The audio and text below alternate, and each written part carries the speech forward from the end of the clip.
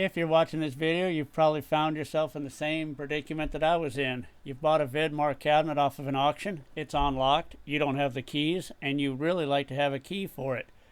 There is a code on the side of the tumbler for the lock. You just have to take the lock out. I found out it's pretty easy to do once I found the information. So here's the information on how to take that lock out.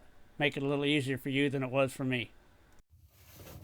All right, let's see if you can see what I'm seeing here. Press this little button right there.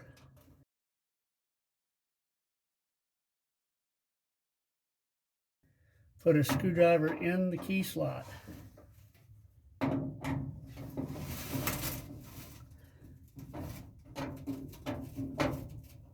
Come on.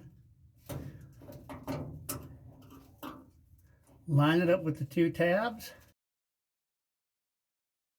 Here and here.